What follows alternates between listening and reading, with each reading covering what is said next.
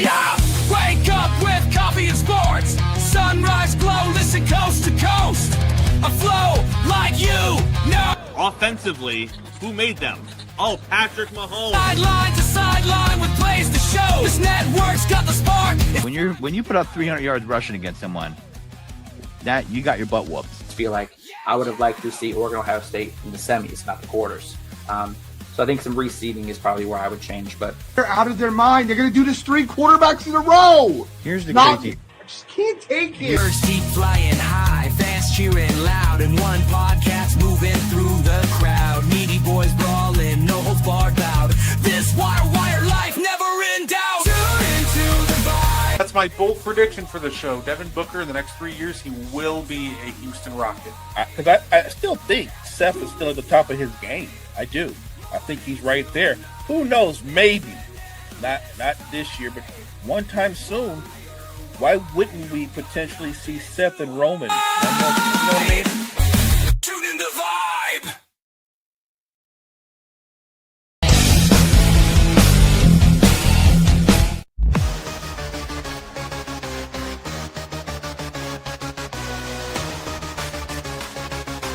Where are you at? Good setters. Got me on the mic now, let's spill the tea. Talking courtside dreams from history. Legends on the blacktop now and then. From Will to Steph, we hit it again. Both better chimes in, let's go deep. Young blood's rising, can't skip a beat. Puppy prospects with fire in their eyes. Draft night suckers and hoop dream high. Wire to wire, bring the heat. Podcast magic can't be beat. Do better, but roll better. We're hoop heads, trendsetters. What's poppin', y'all? It is your boy, Guardy3, and welcome to the And One Podcast. And of course, joining me just like every week, he is the greatest co-host of all time. He is Mo Betta. How you doing, Mo? I'm doing great, Brett. On Thursday night, we're talking hoops. Can't get better than that. Let's get into it. Absolutely. Let's say, you know how it is. You know how we like to start this thing. If you're just tuning in, welcome. We start every show with our underrated player of the week. So, Mo, who do you got this week for your underrated player of the week? I think for my underrated player of the week, I'm going to go with an old school guy. Point guard for the San Antonio Spurs, a former point guard, Johnny Moore. Johnny Moore was an old school playmaker. He put together 5 straight seasons where he averaged over 9 or more assists per game, over 2 steals per game. He was a dog on defense, a great facilitator, great teammate. Played with the Iceman. Played with guys like Artis Gilmore.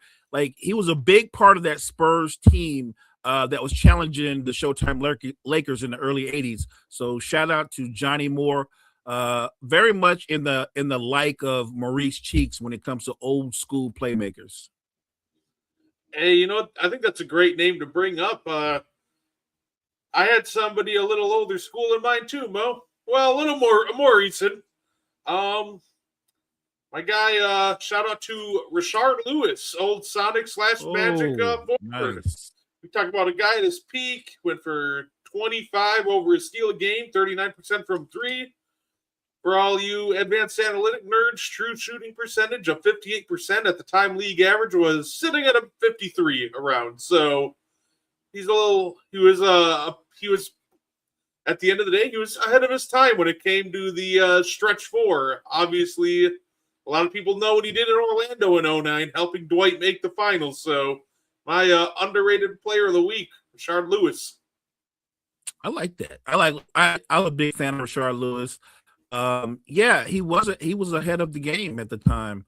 I remember back in the day, in his heyday, in his prime, what he and Ray Allen did as a tandem, they were nasty. So yeah, shout out to Rashard Lewis. Hey, what's good, Sergeant? Say what's good, Kyle. Mo, I thought we'd have a little fun to start out the episode because speaking of Rashard Lewis and Johnny Moore, Mo, I got inspired to do something fun. Now, I had a graphic for this, but kind of looked a little awkward, so I'm probably just going to read this off. Who would win 21st century Spurs versus the 21st century Thunder? And I'm going 7-game series, so just not a one-off. Who do you think would win in a series between these two teams? So, Mo, my starting lineup I got for the San Antonio Spurs using only 21st century. You're right, Rashard Lewis would have made big money today. Agreed. Say we got Tony Parker, Danny Green, Kawhi Leonard, Wemby, and Tim Duncan. We're pretty much saying, hey, you remember the 2014 Spurs? Swap out Boris Dio. Let's throw in Wemby. That's that lineup. I mean, 4 of those guys are lockdown defenders. And what Tim Duncan and Wemby could do, that might be the ultimate twin towers. There's one thing if you have 2 big men that can clog the lane, rebound, and block shots, but Wemby can be on the perimeter doing that kind of damage. Wemby can come from the weak side. Can you imagine Tim Duncan bodying somebody up and then Wemby coming from the weak side to snatch the ball out the air? Like, that's crazy. No, absolutely. Of course, I was going to throw Manu in the starting lineup, but decided to move him to the bench. I pretty much picked the 10 players and tried to put them based on fit. Right. So, bench, we got Fox, Manu, Bruce Bowen, LaMarcus Aldridge, and David Robinson. I promise you, I did not forget about the Admiral, but in this exercise, it's 21st century onward, so this is like 2000 David Robinson, not like 1995. So we're going to let him anchor the bench unit with De'Aaron Fox, Manu, and LaMarcus. Give them a defensive anchor. That's a nice squad still, though. You still got David Robinson, Aldridge. You're bringing more size. He could still score. Aldridge definitely could score at a high level. Then you got Manu who can help run things. De'Aaron Fox is a big time scorer. Like the bench is not as good defensively, but the bench can get buckets. Absolutely. And now for the 21st century Thunder. Look, I was trying to make the fit make sense, so I promise you I did not forget about Russell Westbrook. So bear with me. Because the starting lineup I put, and I included Sonics. So from 2000 onward, we got SGA, Supersonics Ray Allen, Kevin Durant, and then you got a power forward center duo of a Chet and a Ibaka. That's kind of nice. The combination of Ibaka and Chet, it would be competitive. I'm still going with the Spurs duo, but the bucket getters you got with KD and SGA, Ray Allen, that's kind of crazy. Because if you got KD and SGA, Ray Allen is all he's got to do is play catch and shoot, and this would be peak Ray Allen who could create his own shot. So that's a scary lineup. Oh, absolutely, and I'll let you know right now too. Since we're including Supersonics players as well, Thunder James Harden did not make the list because I was only thinking about his time with the Thunder. I got Westbrook, Peyton, J-Dub, Paul George, and Isaiah Hartenstein coming off the bench. It came down to Hartenstein or Adams for that center spot, and gave him Hartenstein. You said Westbrook, Gary Payton, Hartenstein, and the PG. 2019 Paul George. That's a devastating lineup too. I mean, very competitive with Russ, because Russ was at his peak, obviously, with the Thunder. That guy's coming off your bench.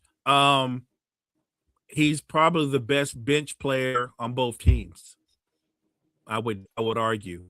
And then factor in Paul George, who was an MVP candidate when he was on the Thunder.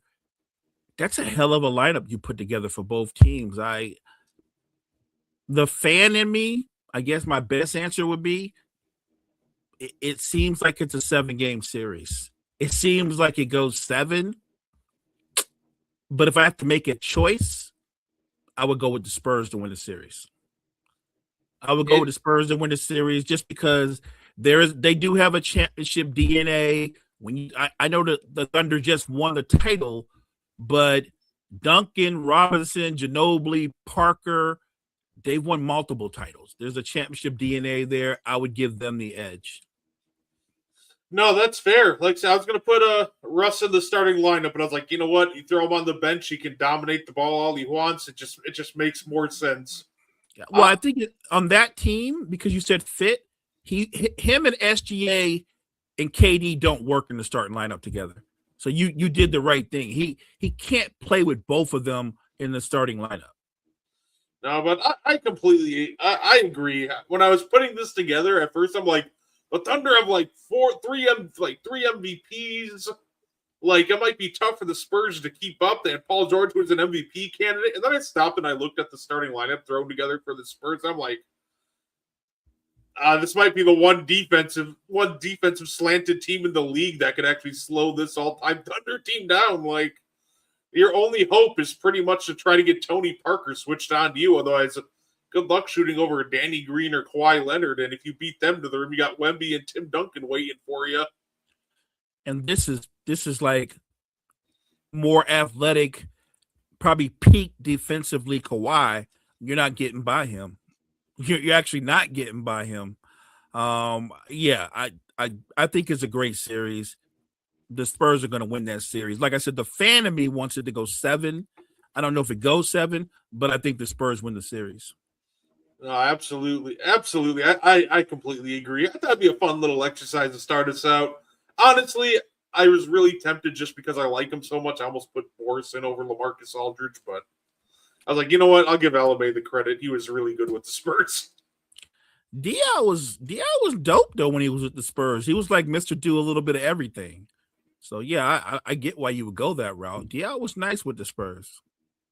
And honestly, like it would be kind of fun. It's kind of fun to imagine Boris on this team because I'm just imagining like trying to guard Wemby when you have the passing skills with Manu and Boris in the game.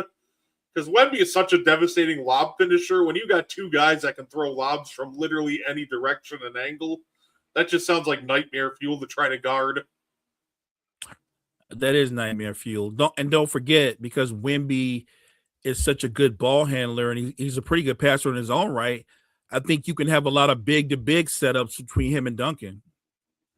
Oh, fair. Hey, one of the most fun part about watching those old Spurs teams kind of was the big-to-big action. Him and Tiago Splitter had really good chemistry together. Like, it was never anything crazy. They just knew exactly where each other were and where to look for each other, and the chemistry was just so good. That's I agree. A lot of the time when I'm looking at like two big lineups, I'm like, that's a lot of time when I'll reference. I'll be like, just learn to work together. Even if it's just like Tim Duncan and Tiago, just make sure you know where each other are at all times and make the easy passes. Yeah, that's one of the matchups that you put together. I would pay to watch that matchup. I think it would it'd be like a long extended game of chess watching the different matchups and the adjustments. No, fair enough. Of course. Yeah, that would be fun too. Which Thunder coach are you bringing up for the coach the Thunder for this one? I'd imagine Dagnut. Yeah, I'm not bringing up Billy Donovan. No, I'm good. I'm good with Dagnut. Billy Donovan's just gonna do the old Doc Rivers sort of style play, like, all right, guys, figure it out there. Exactly. Doc whistles, he yells, and then he just goes, guys, we got to play harder. That's it.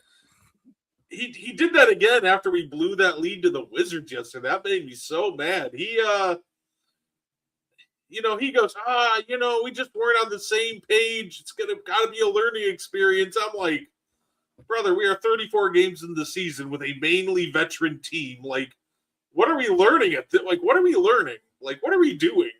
Like, yes, you said we're not ready again for like the 5th game in a row. Whose fault is that, Doc? Come on, tell me whose fault it is that we're not ready. Get it maybe on the coaching staff? Or are you going to keep pushing the blame on the players? Like, dude, take some accountability, Glenn. Like, it's annoying. It drives me crazy. So you're not wanting Doc to return next year as your head coach?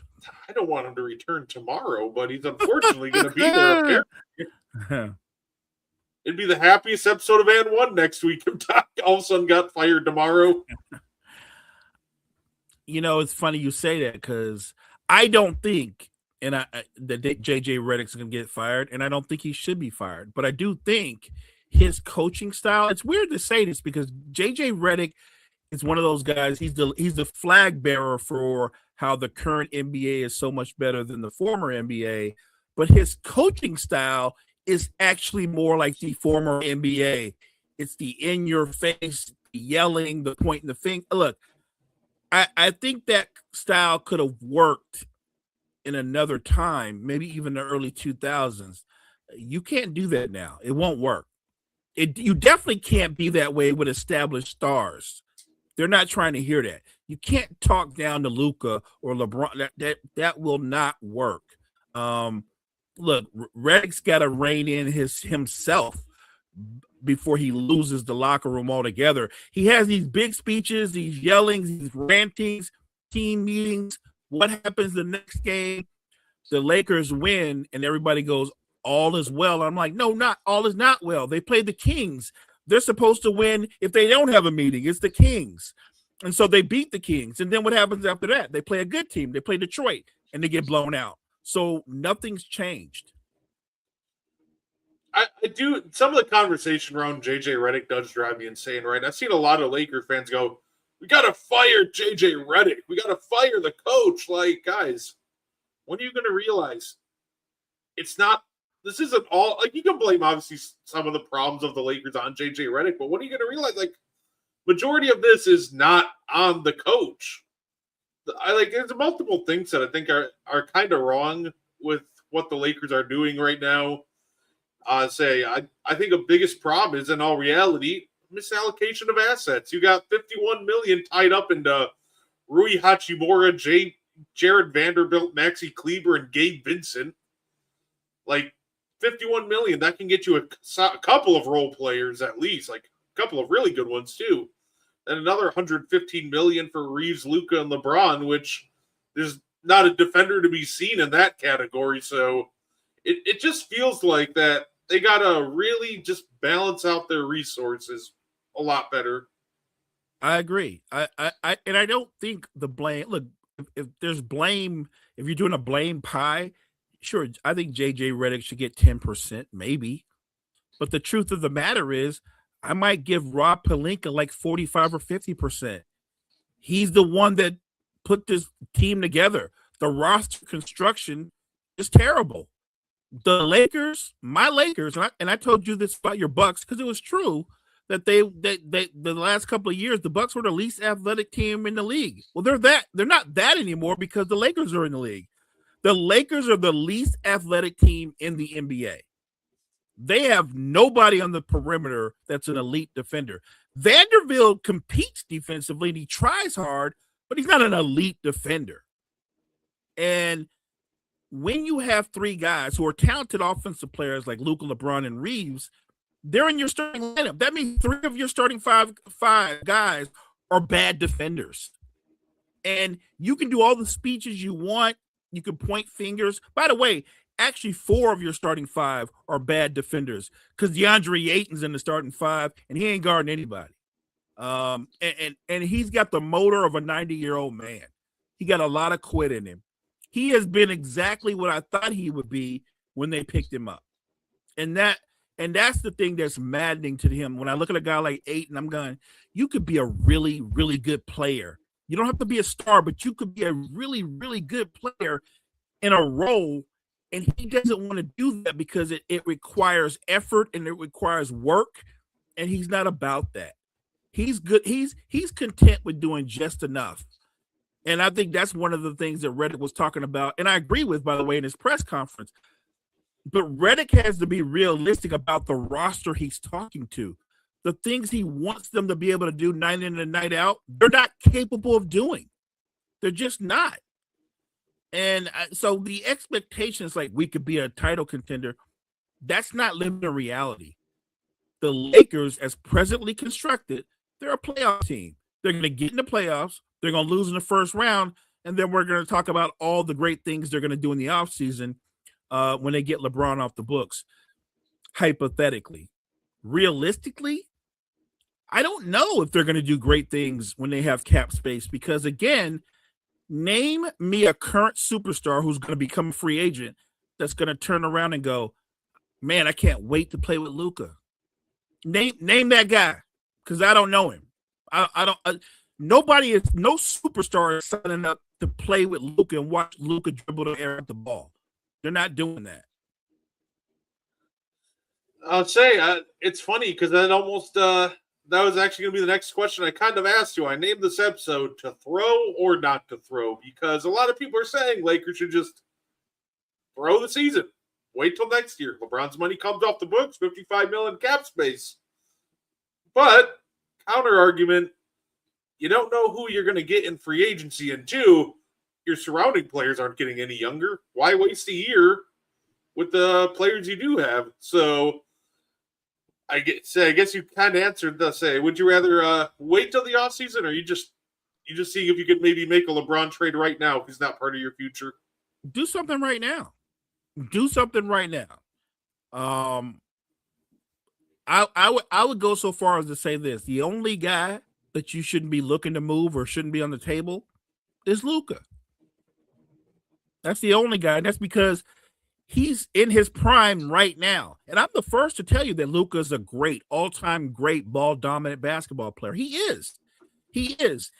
It's funny because he doesn't get the grief that James Harden got when he was in his prime, but they basically do the same thing in their prime. They do the same exact thing. Matter of fact, I would argue for all the grief we give him, James Harden is a much better defender than Luka. For whatever that means. So I think I find it funny that Luka doesn't have to take on all the grief that Harden took on. I think he's a great player, but I think it's not that easy to play with him if you're a star. You brought up a point before the show that they should go out and get some dogs to put around Luka, some perimeter guys, athletic guys, some wings that could defend and make shots. I actually agree with that. He's done that before. We saw him. He did it in Dallas. He is better. It's weird to say this, but he's better as a one-man show than he is as part of a quartet. Like, think about it. When Porzingis went to Dallas, when he was in Dallas, it didn't work. And what did everybody do? They blamed Porzingis. They said, well, bro, he doesn't know how to play with Luka. Like, he knows how to play with him. The problem is when you play with him, you're watching him dribble the ball. And that's what he does. He will dominate 22 seconds of the shot clock and make a decision. I don't think you can win a title that way. Plain and simple. I don't think you can win a title that way. And I know somebody's going to go, well, he went to the finals a couple of years ago. I go, right, but that was a run. That wasn't the beginning of Mavs dominating the Western Conference. It was a run. And I think Nico Harrison 100% got it wrong for his reason of trading Luka, but I understand why he traded him. My only problem with Nico is he made the wrong trade. Like if you're going to move the guy for the reasons that you said, you should have got a hell of a package in return, and you didn't get enough. So the trading of Luka wasn't a bad idea. It's what you got in return that was horrible. The MVP. I appreciate it. Thank you, sir. Hey, we were just talking about the Sonics not too long ago. Yeah, it's funny, and getting like Anthony Davis into first back was wild. And I remember people like a lot of like Mavs fans trying to defend that. To me, they were like, "Okay, you got one first. How many firsts is Anthony Davis worth? He's worth like 4, so that's like getting 5 firsts for Luka." Like, no, I mean, getting 5 firsts for Luka is just getting 5 firsts for Luka. Like, that's not the equivalent of 2024 Anthony Davis, which is right. probably closer to what, 2, maybe 3 firsts, but maybe 2.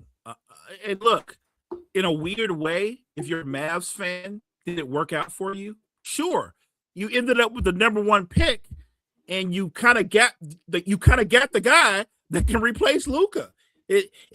Now, granted, there's no way Nico could know it was going to work out like that, but it worked out just fine.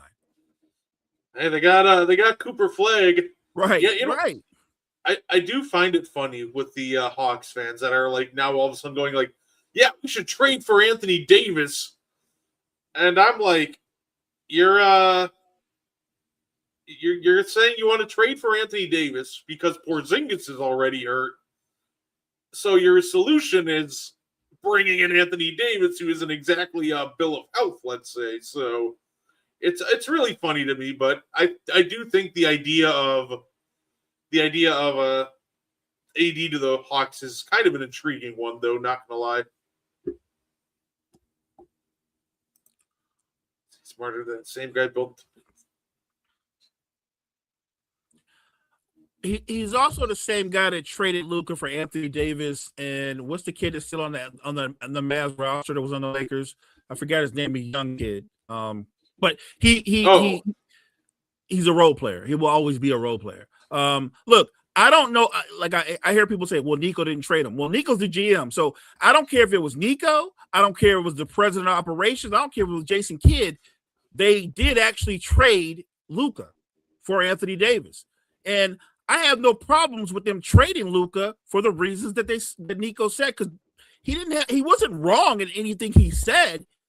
They were wrong in what they got in return. That's all I said.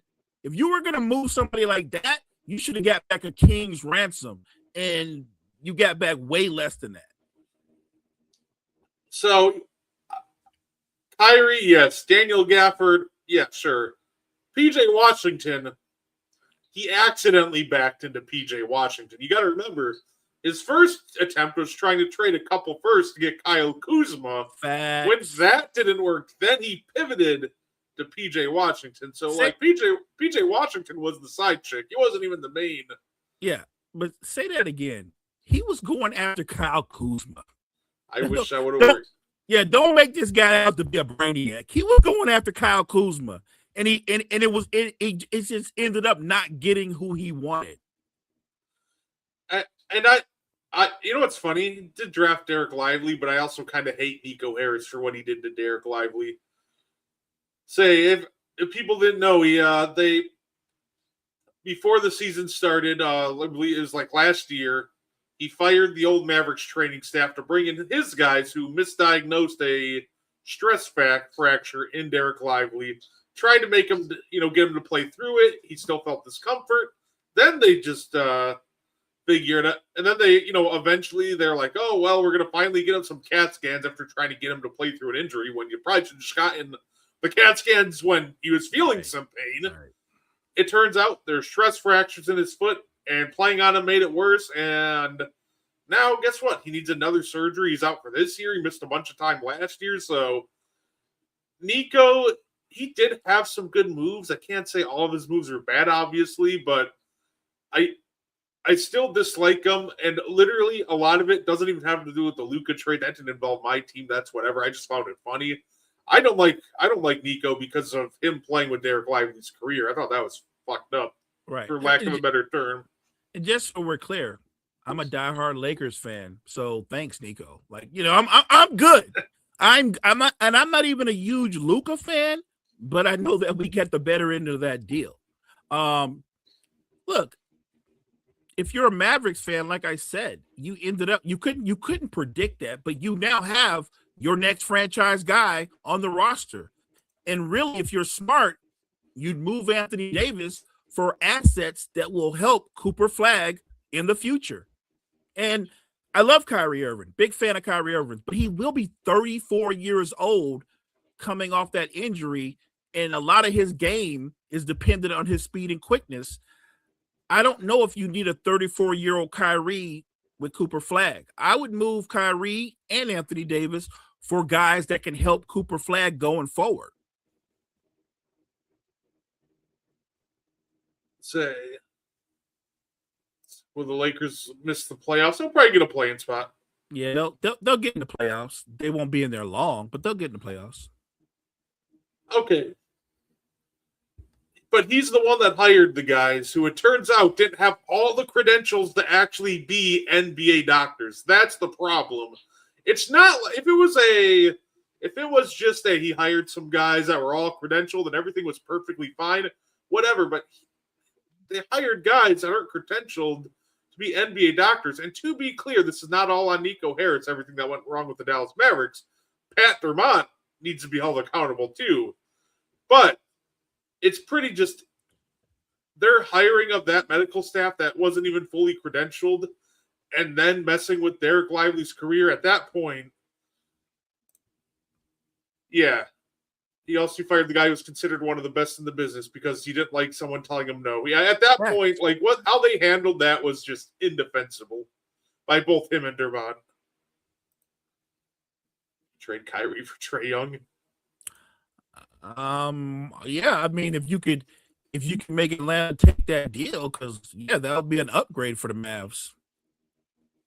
Say, no, an upgrade in the sense that he's 7 years younger than Kyrie, just for the record. Yeah. Say, oh no, I've heard the rumors about the casinos if they move the Mavericks out of Dallas. That's one thing. I wouldn't doubt it. Like I said, I'm not trying to absolve the owners of their role because we know Dermott had a role in this. We know those guys had a role in it. So I don't fully blame Nico for everything that's gone wrong because I think the owners do have a say, but I'm also not going to completely absolve Nico because they told him to trade. You know, if they told him to trade Luka, he didn't have to take the package that only got Anthony Davis and a first and get talked down in the negotiations. So that's the part I don't get. Not that you traded him, but what you settled for. Yeah, that's like I said. It's interesting, but yeah, believe me, I do hold the owners accountable too for everything that's gone wrong in Dallas. Trust me. Say, I gotta do better with Mo Betta for you, by the way, Mo. What you got? We bringing it back, and we're bringing it back because the Minnesota Timberwolves had a game recently that Anthony Edwards walked off the court with 8 minutes to go in the fourth quarter. Look, I get it. Some games are frustrating. You don't want to stay if you're getting blown out. You can't just walk off the court, man. You can't lose your temper and the control of your emotions and just leave. He even got called out by Chris Finch after the game. Like, Anthony Edwards got to do better because that's at the end of the day, you're going to be asked to lead this Timberwolves team, and that's not what a leader does. I don't disagree with anything that you said, but I will say this, and this I'm not defending Ant for what he did, but you can kind of see this coming. When you watch the Timberwolves play, they don't get anything easy offensively. They don't get anything easy. Everything is a grind. And I think Anthony Edwards is getting frustrated. I think he's getting frustrated because he doesn't want to be the guy that goes out and demand a trade. He doesn't want to be the guy that goes and I need more help. But they desperately need another guy who can create offense. They need a shot creator who can also score desperately. And I'm not talking about a role player. I'm talking about somebody that could be the number 2 to Ant. Because truthfully, if they were put together the right way, Julius Randle would be the third option. He's getting frustrated, and you can see it on his face. And he's looking around, and he's looking at the Spurs and what they've done, and he's looking at OKC, and even Denver upgraded on their bench. I think Anthony Edwards, look, he's got to handle it differently, but I can understand him being frustrated because he's got to do so much on a night in, night out basis because they just don't have a lot of shot creators. That is 100% why I don't think they're going to go with some massive like John Moran or Trae Young trade at the deadline, but I do think there'll be players. I think the name to watch out for the Minnesota Timberwolves, I would call up the Bulls, see what the asking price on Kobe White is. Now, I think that could give you a secondary shot creator, and he's only making $18 million, so you can get a shot creation on a budget, which if you're not big game hunting, I think Kobe White's probably the best that the Minnesota Timberwolves can do. The funny thing is, Brett, we're kind of on the same page. You said Kobe White, and I wanted to keep it in the lane of guys like Kobe White. So I thought of Kobe White. I thought of Jordan Poole, right? And I thought of Malik Monk. I think those are the types of players that won't cost you an arm and a leg, but they all are great individual scorers who can be secondary facilitators to take some pressure off of Ant. You're right. They're not going to go out and get a John Morant or a Trey Young or something like that. I don't even think they have the assets to pull something like that off, but they can go out and get somebody like a Kobe White or a Jordan Poole, even a Malik Monk. And I think that's what they need to do if they want to be competitive, not in the regular season competitive, because they'll be that, but I mean competitive in terms of being a legitimate title contender. They've got to add another shot creator to that roster. Here's my question about the Gobert, a potential Gobert trade. Do you think the Timberwolves are scoring 140 a night? Because that's what they're going to have to score if they actually do trade Gobert. Gobert is really masking a lot of defensive problems. They're obviously starting the remaining whatever's left of Mike Conley half the time.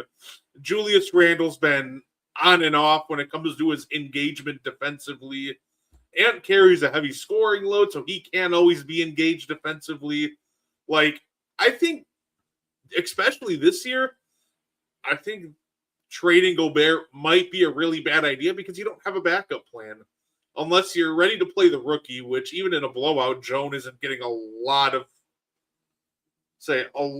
minutes right now. So you're going to pretty much be setting yourself up for, hey, small ball Naz Reid minutes, and that a small ball Naz Reid minutes hasn't been able to get a stop at all. Him and Julius Randle this year, disaster on defense. So I think if you're going to trade Gobert, you have to wait until the offseason because you can't just do this blindly. You need to make sure there's some sort of backup plan. You got to give your young big that you just drafted this year the rest of the year to develop.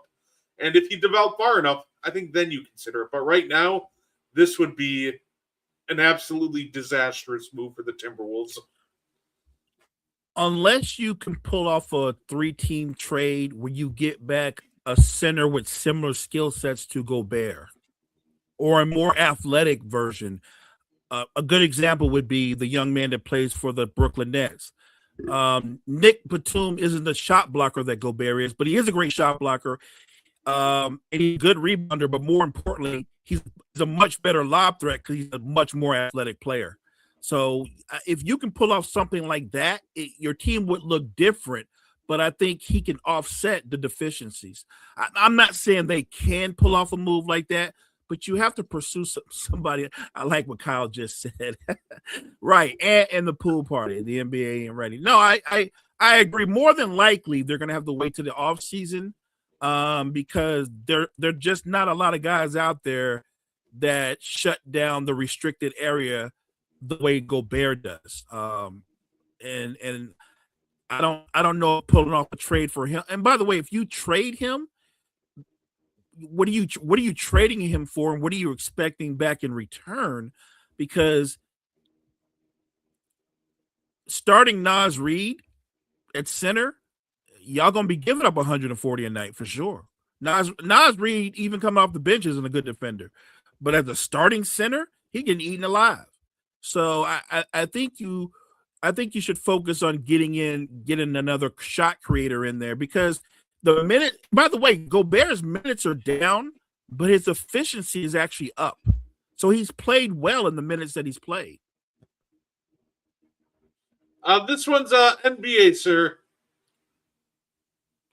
Yeah, no, absolutely. And I think calling the Nets if they were going to entertain that trade might be the first call they make, honestly. Because if you can get like a Deron Sharp or a Nick Claxton, maybe you see if you're willing to throw in picks, maybe you can start talking Porter Jr. So that would be intriguing. I did see this. I was just about to address this one. No. No, all respect, John. Hey, John Suggs, I appreciate you, man. Love that you keep coming out.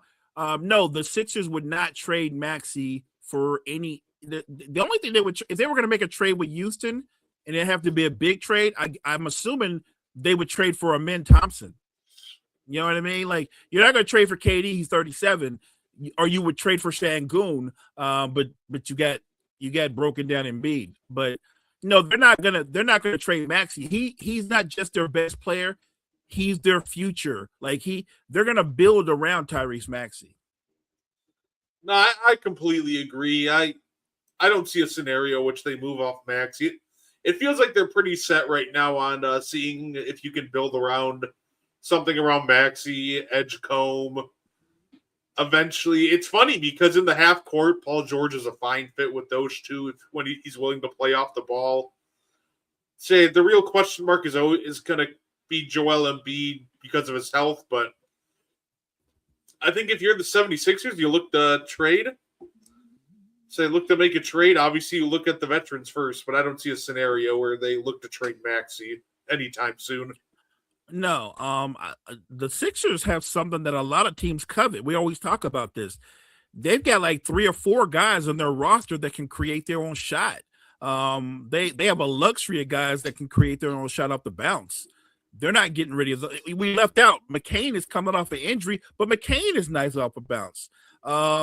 What's my guy that was on the Knicks? He's nice too. His name escaped me. He was on the Mavericks just last year for a hot minute. Quentin Grimes. Quentin Grimes has played well for them. Look, if the Sixers are going to make any type of move, it would have to be to move either Embiid or George. And I don't think they're going to be able to pull that off for the obvious reason they both make too much money. Plot twist: Rudy Gobert for Joel Embiid trade. He said, "What could go wrong? Everything, everything." Ant's getting mad when he wants to attack the lane, but you got Julius Randle posting up on one block and Embiid on the other block. Right. And your only source of spacing is Jaden McDaniels and Mike Conley. He's probably just leaving at that point. Wemby is cooking. Do you think he's going to win MVP or just who do you think is winning MVP? I think when Joker comes back, I still think, to me, right now today, I still think it's Joker and SGA back and forth. I would have said before he went down, I think Joker was in the top spot. This might be the closest MVP race ever. Because SGA is going to have his numbers. They're probably going to have the best record in the West. Joker's going to have insane video game-like numbers, and they're probably going to be second or third in the West. It's going to be tight. If I was going to give a candidate, you just brought up a name. Yeah, I think Cade Cunningham has a shot, but I love Cade, but he would have to have in more insane numbers than he currently has now. Like if SGA is going to be the leader of a team that wins 70 games as the repeat champions, and he gives you 36-6 with those efficiency numbers, I don't think Cade beats him. And Joker giving you Wilt Chamberlain numbers, I don't think Cade beats him either. Oh, look, I'm a huge Cade fan. By the way, another guy who I think desperately needs a second option, Cade Cunningham. The Pistons are a top 2 defensive team. They're considered they're a top 7 offensive team, but their offense works the way they play in the regular season. In the postseason, when it becomes more of a walk-up, half-court execution game, they don't have the shooting or the shot creation. Everything is on Cade's shoulders. They desperately need to go out and get a second guy. And I know people keep bringing up Jaden Ivey, but if you've been watching the Pistons, if you've been watching Jaden Ivey, I don't know if he's still being bothered by the injury, but he looks like a shell of himself. He's not really been able to help at all. The Pistons are built to win right now. And if I'm their GM, knowing that we're built to win right now, I would be bold. Another franchise has time to wait. I would move Jaden Ivey for a second scorer. Yeah, no, Jalen Duren has developed into a better offensive player, but your center averaging 18 a game is really good. But on a title contending team, Jalen Duren is your third option, not your second option. I'd say, I think even if he does develop, unless he's developing like an Amari Stoudemire level face-up game, I think you're still going to need that extra guy on the perimeter that can create for you. Right. But of course, if I'm the Pistons, I'm going to say exactly what I do with a lot of young franchises. Don't rush things. You're heading in the right direction. Don't make a bold trade and set your franchise back like the Hawks did with DeJounte Murray. We don't need that. No, look, I agree, and I'm not anti Jalen Ivey, but I think that they're right there right now, and it's not like Jaden Ivey was a 25-point scorer or anything like that before he got hurt. I love Jalen Duren, but if you think about what he is right now on a title contender, he's a third option. Matter of fact, I would say that right now he's a better, younger version of Bam, right? Isn't he? A better, younger version of Bam? I think Bam will have him beat defensively for a while, but I think he's already better offensively than Bam. Yeah, but that's my point. I'm just saying Bam does a lot of things really good, but if he's your second best player, you're probably not a title contender. Bring back Killian Hayes. Hey, I'll never forget what the Tank Commander did for that Pistons team last year. Like the Bam and Duren comp. Yeah. I think there's some similarities, and I love that Jaden Duren's opened up and shown that he can handle the ball. He can be more of a playmaker, and he's still developing. So he's not a finished product, but I have so much confidence in Cade that if they got a second shot creator, I think they could win the East outright. No, that's fair enough. Speaking of young players that were talented, Mo, I found this quip very interesting from, of course, LeBron's agent there, Rich Paul, was doing some interviews, and he was asked why he believes Cam Reddish's career didn't work out in the NBA. And he goes, I watched this kid score 50 of the easiest points me and Mav was together. And we like, damn, that looked easy. 6'9", fluid when he got to college with RJ and Zion. He's kind of the third option. That can do something mentally to your confidence. Then you go to the draft. You're supposed to be a top 5 pick. You go to the 10th. You go 10th to a team that took a player you were ranked better than the whole time and in front of you in DeAndre Hunter. Then you get traded. It's circumstance. I very much disliked it. Okay. He's probably right. It probably did affect Cam Reddish mentally. But at the same time, I feel like a lot of young players should look at this story and really learn from it. You have to be willing to accept a role if you want to play at the next level. And I think that was probably Cam Reddish's biggest flaw, right?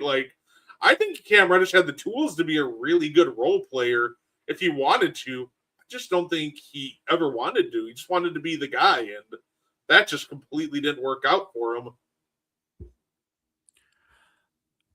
We talked about this a little bit before the show. Right. So once we're in year 4 and you realize you're not going to be a star, then teams asked you to embrace the role of a 3-and-D guy because of your athleticism, because of your ability to guard multiple positions. And he could do it, but you're right. You could tell he didn't embrace it. He didn't want to be it because in his mind, it felt like a demotion, right? So now I'm not a star. Now you're telling me I'm a role player. Yeah, man. Yeah. And look, sometimes your NBA lot in life is locked in. You're a star or you're a superstar or you're a role player. And sometimes you fall into those lots in life. Cam Reddish, he just didn't. He's one of those guys that everybody can agree has all the talent in the world, but he never could consistently put it together. But I think he had a really good chance to be a great role player and kind of reinvent himself, and he didn't want that. But talent is talent. You're absolutely right, Chris. Fact. Reddish lacked consistency too. Yeah, and I think it's an interesting conversation to have too, because I think this kind of also shows maybe a flaw when a lot of people are analyzing young potential players to get drafted, right? Because a lot of people get enamored by the tough shot making and think that's just going to automatically translate to the NBA level. But I think sometimes they overlook the fact that these tough shot makers, the ones that they're looking for at the top of the league, they also create easy looks for themselves. And I think that's something that Cam struggled with, but it almost feels like a lot of the time in the draft process, tough shot making at a decent volume, it just gets it so some of your other flaws get overlooked. So I just think it's interesting that everybody, started talking about, oh, he's such a good high volumes, he was such a good tough shot maker in college. Yeah, but he create a ton of easy looks for him. So I do think that's the other end of the stick with Cam Reddish and tough shot making is he just didn't know how to generate the easy ones. Just for the record, is Rich Paul planning on signing him to Clutch Sports? No, you know what I mean? Because you're talking so highly of him. So you sign him to Clutch Sports, be his advocate, get him another. Because at some point, Cam Reddish is going to be back in the NBA and he'll get another shot. I have no doubt in my mind. But if you're going to be his advocate, can you get him to wrap his mind around the idea of being? There's nothing wrong with being an elite 3-and-D guy. It's great value, and you can still make a lot of money. I don't understand that. Like I said, that the opportunity to be a star, he was given that opportunity.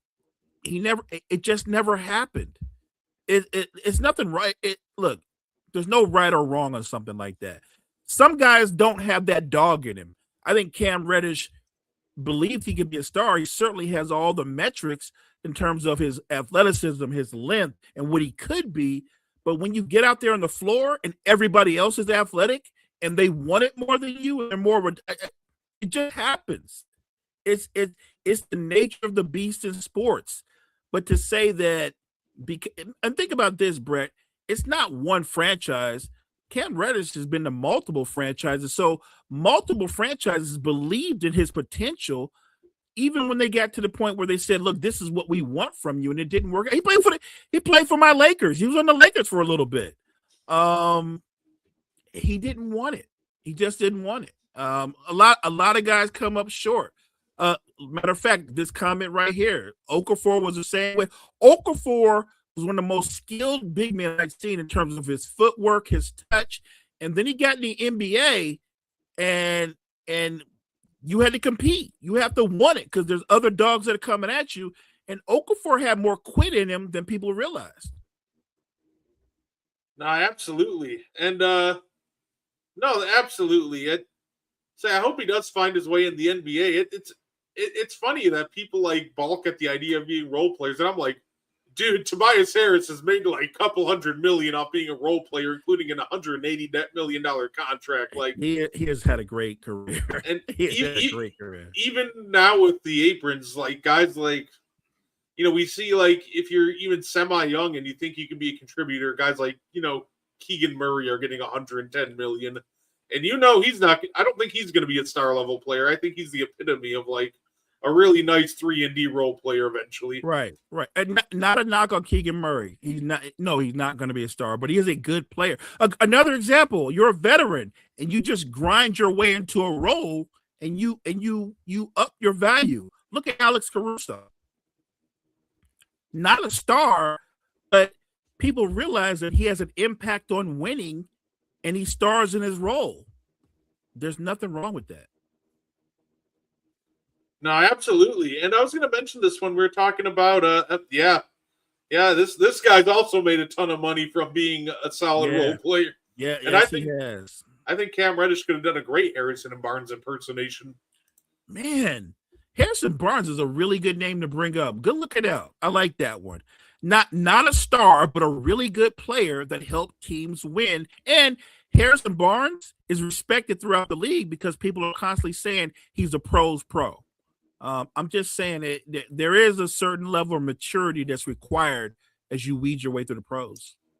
No, absolutely. Of course, I was going to mention this when we were talking about the MVPs and everything, by the way, too. We're looking at a scenario in which obviously it looks like Giannis won't be eligible for MVP. Now it looks like Jokic, who might be out 4 to 6 weeks, might not be eligible for the GOAT from Iowa there.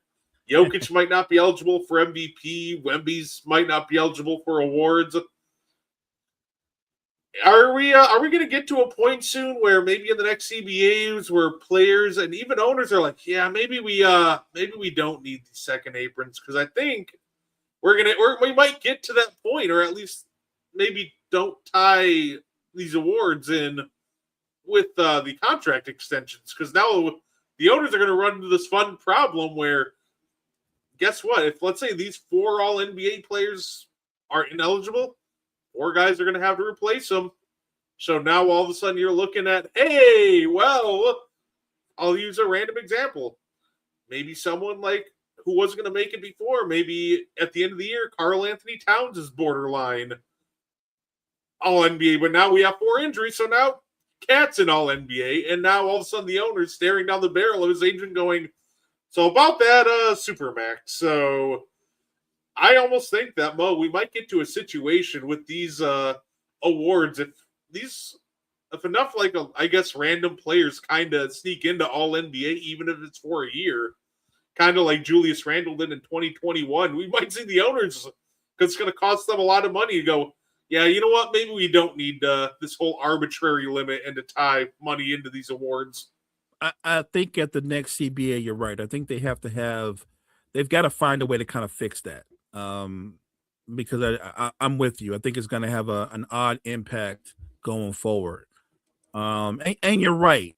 Look, I get the whole 65 game threshold thing where you're like, you got to do that to be eligible for awards or these other accolades.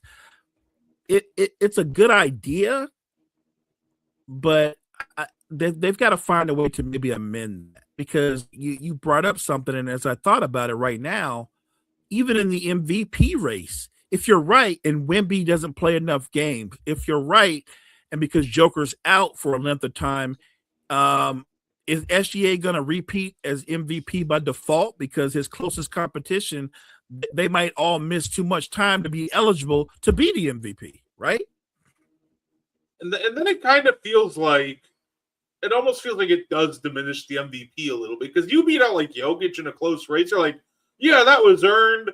But, you got these injuries, and now all of a sudden, like, you beat Jalen Brunson and Cade Cunningham, who normally would be like 5 and 6 in the MVP race, I guess. Right. Like, congratulations, maybe? Like, it feels like it does kind of diminish the MVP a little bit. I'm just saying, like, if they're so worried about the players making sure they play a certain amount of games, like 65, just bump the season down to 65. Like, if you're so worried about that. And the funny part about this whole thing, too, is voters never really voted for guys who missed a ton of games in the past to all NBA and everything. Facts. Like, in the last, 15 years, there's, the only 2 guys who made an all NBA team after missing a ton of games on the first team were, Chris Paul and Giannis. We had, 2 first teamers who played under 65 games in the last, 15 years, and they played, 62 and 63. So right. I feel like this whole, 65 things game was a bit, it was a bit much. And I feel like even if they keep this whole, award thing, they might course correct it a little bit and drop the number a little bit, at least at the next CBA. That's all I'm saying. I just think really take a look at that and be willing to be open for a course correction. Just say we might have auto corrected a little too much. Find a middle ground on that. Because what you don't need in this league, that, by the way, you and I are huge fans of, we eat, sleep, ball. But the reality is this: the current NBA, the ratings are down. You've got to find a way to bring fans back. And and believe me, I don't think the answer is trying to fix the All-Star game. I don't even care about the All-Star. I'm talking about the game in general. Because the perception of too many fans are the players are spoiled and they don't want to play. And I don't think that's a blanket statement. I don't think that applies to most players. No, absolutely. And yeah, that's going to be my frustration, because theoretically, if Jokic, for example, plays 64 games and they try the old, well, he can't win MVP because he didn't play 65. I'm going to be like, 64 games, 60 games of Jokic playing at the level he's playing at is more valuable than pretty much the entire league. So, what are we really doing here? So I'll be curious to see, how they try to correct that at the next CBA, which I think is in 2029. Yeah. But you know what? Maybe call emergency meeting. and look, Trey and D is right. Kyrie had a 50, 40, 90 season, and they didn't really acknowledge it because he only played 54 games. That's a great point. the NBA has always been a league about stars.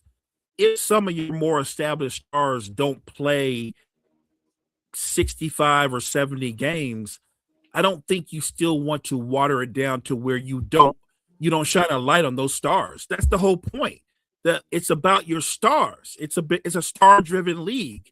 And even though you have a great new wave of young up-and-coming talent, there's still some really impactful, productive, established stars putting up numbers. Look, the Warriors aren't world beaters. They're not relevant, but Steph makes them relevant because he's still playing at a incredibly high level.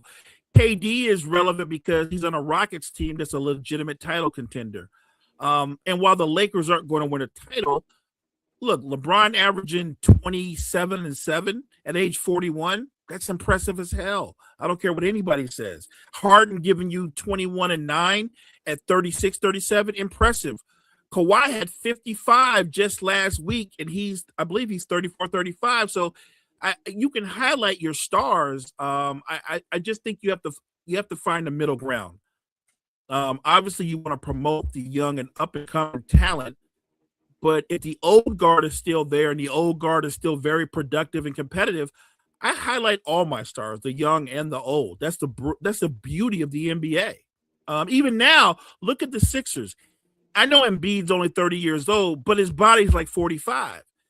And Tyrese Maxey has clearly become the star of that team. You can highlight both of them. And I think that's how you bring fans back. I think that's the biggest problem with the NBA right now. The perception that most players don't want to play, or they don't want to play X amount of games, or they don't play hard. That's not true.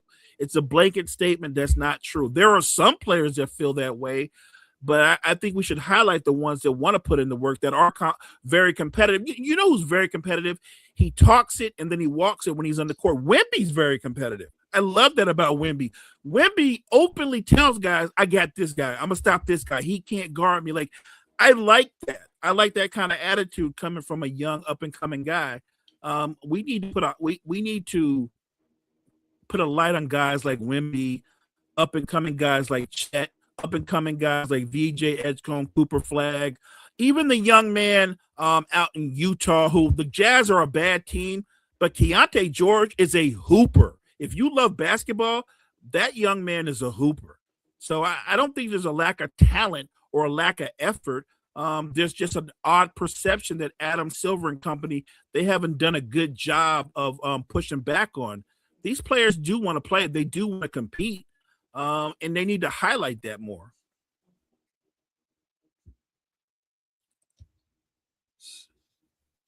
Yeah, I definitely agree with that second part too, by the way. I do agree that they need to show more personality, but definitely like the broader streaming access. Like, I shouldn't have to buy like 4 different streaming platforms just to watch the NBA. Like, that's just kind of absurd to me.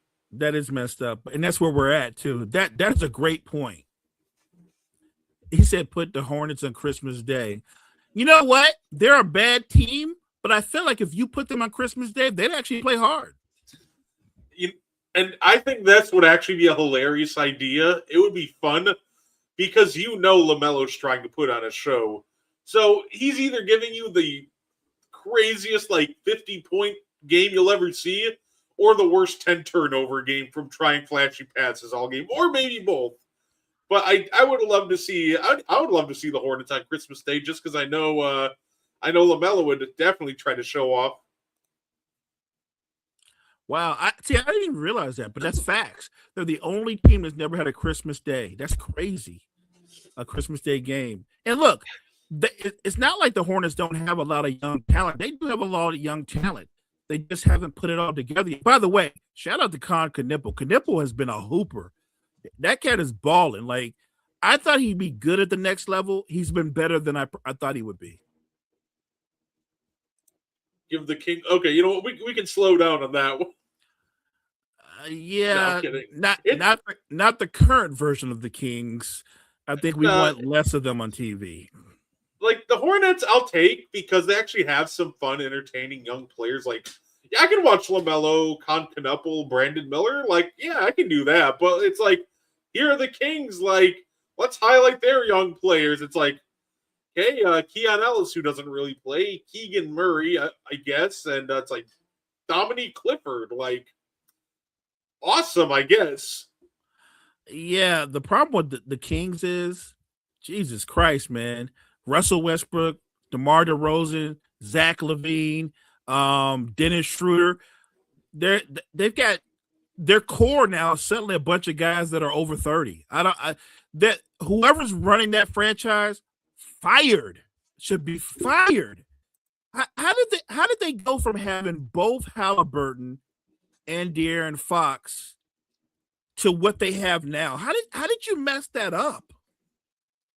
One of my favorite stats of all time is there's only one NBA team who has drafted 3 All NBA point guards in the last decade, and that is the Sacramento Kings. That's true. Obviously, the third being Isaiah Thomas. Yeah. Jesus Christ, man. Kalkbrenner has been good out of crate. Kalkbrenner's been absolutely terrific. I give them all the credit in the world. This is a team that they've drafted right. Kalkbrenner's been terrific, and you know what's funny? I didn't notice this, but I saw a stat earlier that by points per possession, Kneppel's one of the best. They said the best rollers, who finish at the highest percentage, and Kneppel is on the list. She's one of the best finishers in the league out of the pick and roll, which I found to be utterly hilarious as the roller. So overall, I just think the Hornets need some like creativity and veteran guidance. Like they got to get some vets in that locker room to really bring all the kind of reel everybody in and show them what it's like to win. And they just need some more creativity out of the coaching staff. Get a structure, play within the structure, get everybody like reeled in. It can't be like AAU street ball every night, which a lot of Hornets games seem to almost delve into. I agree about they desperately need a vet, but I would go a step further. They need to figure out what LaMelo is. Not the obvious thing that he's a talented player who can get buckets, but what is he? Can this is a simple question. We talk about stuff like this all the time. Is LaMelo the kind of guy that can be the best player in a title contender? Is he the kind of guy you can build around? Because to this point, I would say the answer is no. He's incredibly talented, but there's a lot of guys that are incredibly talented that aren't franchise players. I don't think he's a franchise talent. He's not a franchise player. He just has to like lock in on the right things, it feels like, because he's frustrating because he just settles for a lot of shots he doesn't need to. Like, dude, you are a 6'7" point guard. If he focused more on just getting into the paint, touching the paint, and trying to generate some of these like highly difficult contested threes and step back middies and just layups or drawing and kicking, like LaMelo would be absolutely just a lot better. And that's kind of my frustration with him. It just feels like he settles for a lot of shots that he really doesn't have to. Ball is Morant 2.0. I don't even think he hasn't reached Ja Morant levels of hype. That's an interesting one. When I take Ja Morant right now, the Ja Morant over LaMelo Ball, because the advantage LaMelo Ball would have is he's a better facilitator, he's a better shooter, and he's a good 6 years younger. And if he played more like it, he's 6'7". You don't even realize like LaMelo's 6'7" because he plays like he's Trae Young's height. Yeah, LaMelo has a lot of size on Ja. He probably wouldn't. It is a lot of size. Ja just has a lot more like quickness than him, so it would be an interesting matchup. But I do think LaMelo would win that one. He should mop Ja because he's 6'7". But between the two of them, Ja's more of a dog. I actually think Ja will win a game of one-on-one because it's not like LaMelo plays defense. Ja's going to get whatever he wants in a game of one-on-one. And I think LaMelo should, but yeah, the frustrating part with LaMelo to me is would he settle in a game of one-on-one? Because like watching him settle for like middies and one-on-one against Ja would be the most frustrating thing ever. Say, I saw a take. John not beating Trae Young 1v1. That's an interesting one. That's an interesting one. By the way, when I was doing John Morant, I took Trae Young over Ja. I would pick if I had to pick between the LOL put the bottom. Guess John disagrees. It's interesting. It feels like Ja should be able to take Trae Young one-on-one, but Trae can't even keep his hair. Hey, I've been saying that for years. He got hair like Gallagher, right? Am I the only one that noticed that? He got hair just like Gallagher. No, absolutely. I think the reason big edge Ja would have on Trae would just be the fact that Ja could easily get to the rim at will, and I think he can make Trae settle for some more difficult shots.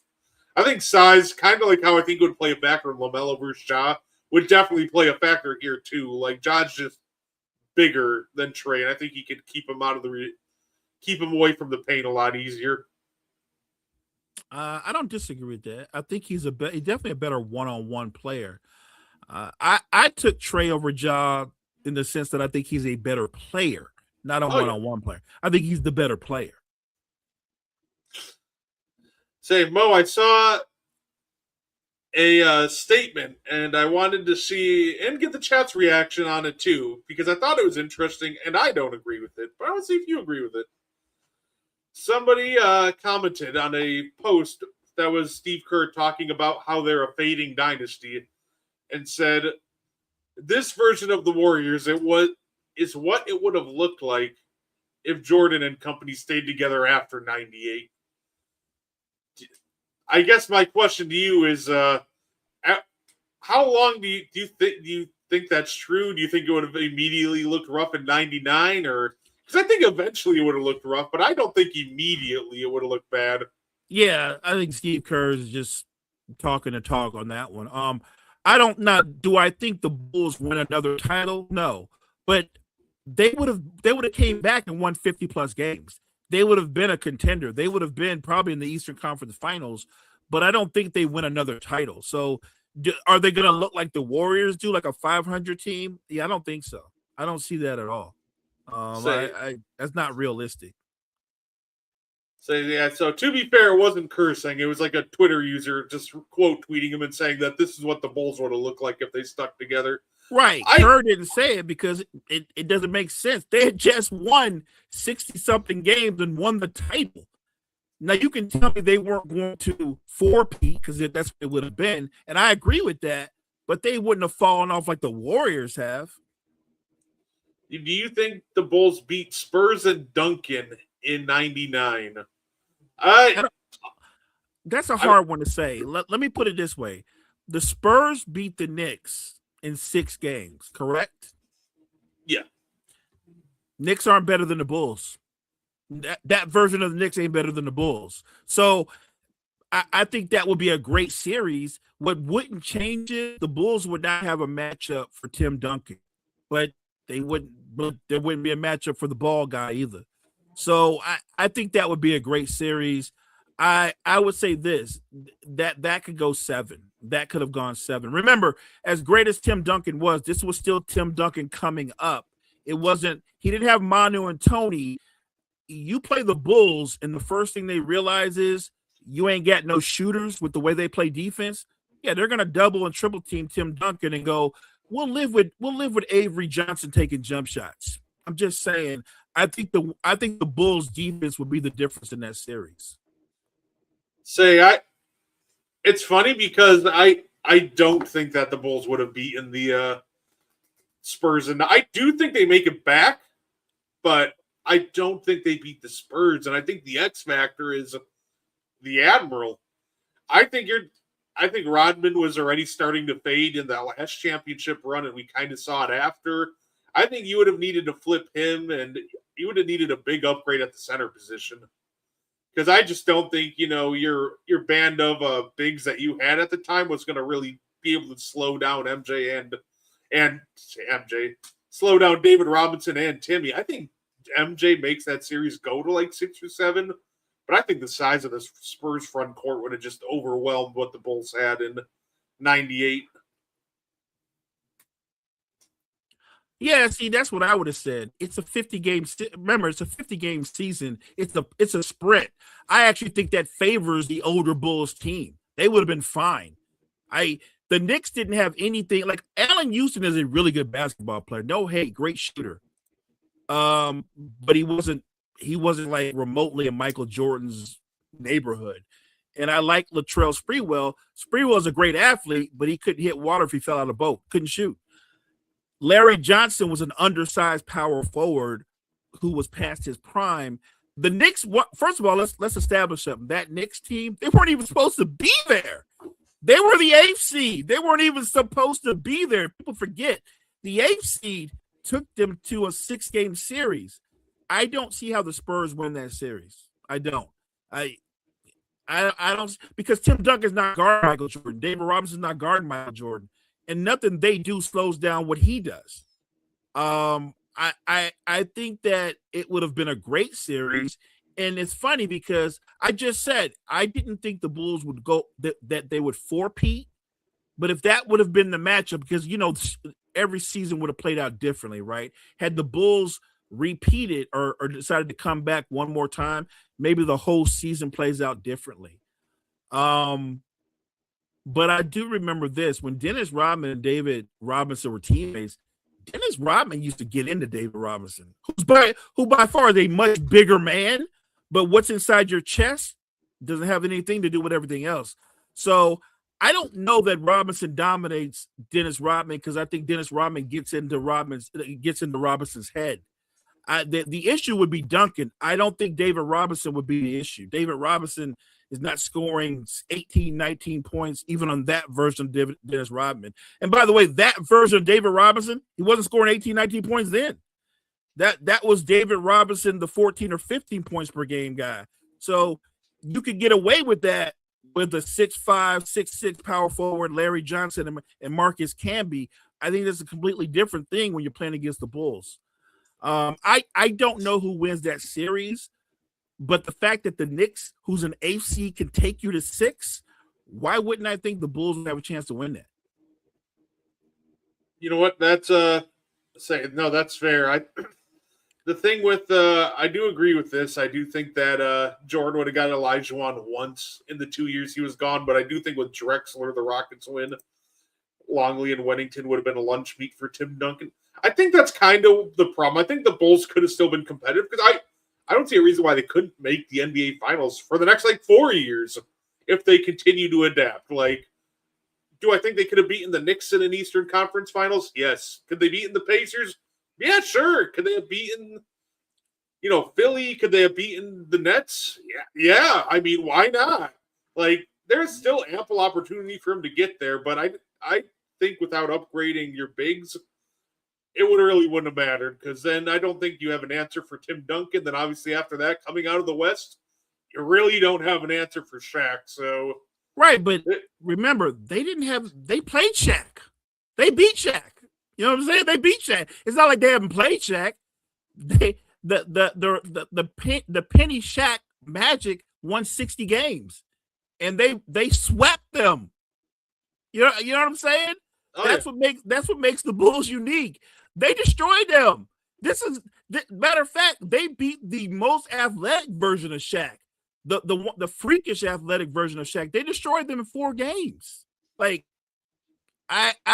And everybody goes, well, you would kill Weddington. Everybody kills Longley and Weddington. They couldn't guard Patrick Ewing. They couldn't guard, but their job is not to stop them. Their job is to use their fouls. That was their job.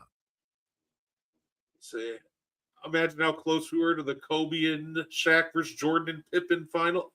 Yeah, like I said, if Jordan and them stuck around one more year, or a couple more years, I definitely think it was a realistic outcome. It could have happened.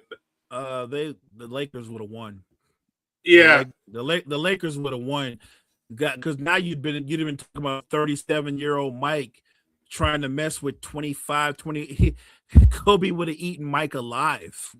And Shaq, Shaq's killing everybody on the Bulls front line. I don't even think that's a good series. Say it, and I say it. It would be interesting. I think what makes it harder too is when you start adding in guys like Robert Horry, D fish that can space the floor like they do. Like, you can't even really cheat off of one guy because they surrounded Shaq and Kobe with some really good shooters. No, that's fact. Reggie Miller's and look, but it's Michael Jordan that kept Reggie Miller at the finals, and then Jordan was gone, and Reggie Miller made it to the finals. By the way, a lot of people forget that series was actually a really good series. The Lakers didn't dominate that series; they beat the Pacers in 6. That was a great series. It's one of my favorite series because Kobe puts on an all-time great performance. People forget that in that game when Shaq fouled out in overtime, everybody thought the Pacers had it. The kid steps up at age 21 and dominates the overtime and gets the win. But that was actually a great series. No, absolutely. We were so close to a couple of dream finals that never happened. Of course, there was that one. We were this close to LeBron versus Kobe in 2009. That would have been a fun one. I think the Lakers would have taken that one home pretty handedly, but unless if Mo Williams or somebody's going on a heater of a lifetime. I would have loved to have seen that matchup. I think everybody thought we were going to get that matchup, and it just didn't happen. I guess that's another fun thing about when we're talking hoops or any kind of sports for that matter, the great hypothetical matchups, because they play out differently. I can only go off of what I know you did versus what I think you would do. No, that's fair enough. Poor Sam Perkins. Yeah, you know what? Fair. Played in 3 finals on 3 different teams. Maybe Sam Perkins is the reason. Sam Perkins is the kryptonite. No, I'm kidding. Look, the big Smooth was actually a really good role player. He actually started for the Lakers, but that was a completely different Laker team. They weren't Showtime. That was the nickname for them back then was Slow Time. You know what's funny? You know who was almost an underrated player from that Cavs and Magic series, Mo? We all remember, people talk Rashard Lewis, Hedo Turkoglu. People forget that Michael Petrus shot 47%. I knew it. That's why we do the show. I knew you was going to say Michael Petrus. And Michael Petrus played great defense, by the way. Yeah, you're right. Facts. I was saying that man just turned into an absolute flamethrower from 3. And the funny part is, it's not like he took a little bit. He took the most on the team in that series. And he just couldn't miss. Him and Rashard Lewis just couldn't miss. And I think could not. I think Hedo was the worst out of the 3 mentioned. He was hitting at 39%. People talk about Dwight Howard knocked LeBron out of the finals. He was a big part of it, but I also think that people just don't understand truly how hot the Magic got from deep in that series because it was just absurd. And they're not. And look, they had a good shooting team with Turkoglu, Rashard Lewis, Petrus. Jameer Nelson had an all-star season that particular season. They had dudes, but nobody saw Michael Petrus coming in there looking like the second coming of Ray Allen. The guy didn't miss. I remember that series. What the funny thing is about that series is JJ Redick doesn't remember that series. And he was in the series and he don't remember that series. Remember he's doing the podcast with LeBron and he's like, people forget how good we were, the Magic were. We had Petrus and Rashard Lewis and Hedo, and we had Jameer Nelson. Somebody had to remind JJ Redick, bro, Jameer didn't play in that series. He was hurt. How you on the team and didn't know that? No, that's fair enough. Yeah, it was I always love it. It's one of my favorite things to watch happen, Mo, when the role players all of a sudden just start heating up. It's fun till it happens to your team. Rafer Alston played. You're right. Rafer Alston was there too. Right. Because Jameer didn't play. Right. Because Jameer didn't play. That's fair enough. Like I said, one of my favorite things watching role players heat up, unless it's against your team, because watching Grant Williams go for 9 threes in a finals game or in a playoff game was brutal. Follow that up with the shooting that Watching Duncan Robinson shoot 75% from three against us the following year was even worse. So, I think we've all felt that kind of pain. I felt it the year the Lakers played the Celtics in the finals in, I think it's 2008, and Leon Powe couldn't be stopped. Who the hell is Leon Powe? And why couldn't we stop Leon Powe? And Eddie House didn't miss. At least not against us, he didn't miss. Like, their bench destroyed our bench. It's funny. One of my favorite games to go back and watch is still Rockets Clippers from the 2015 playoffs at Game 6.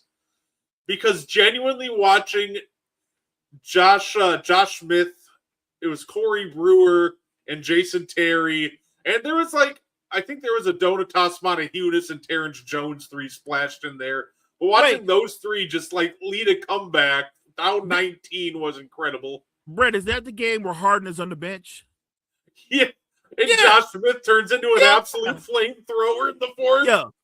I always was a big admirer of Josh. I'll admit it. I will admit I got caught up in Josh Smith's potential because of what he could have been.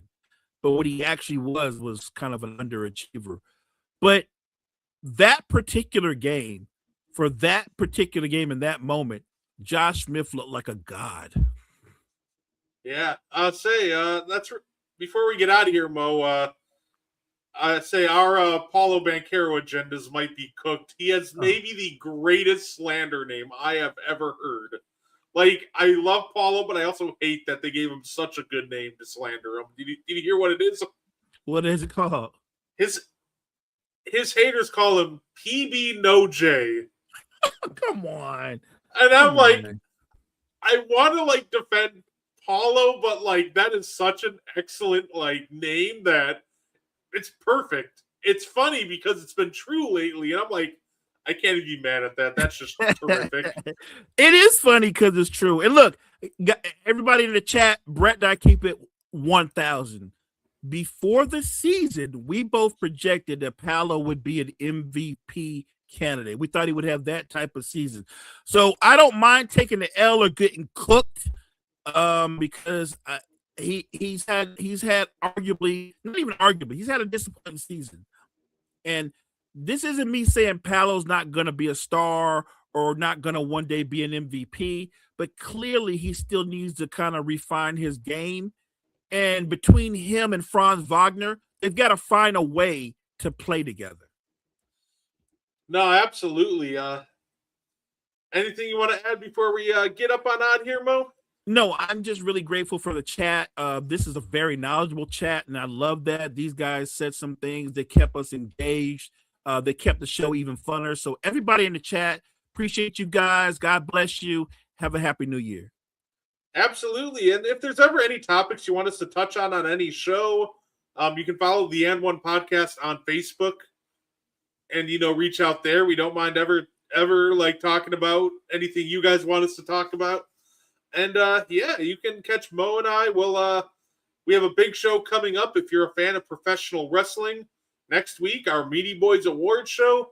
We posted a Google form as well on the Wire to Wire page. If you want to vote for the winner of those awards, go ahead and do so.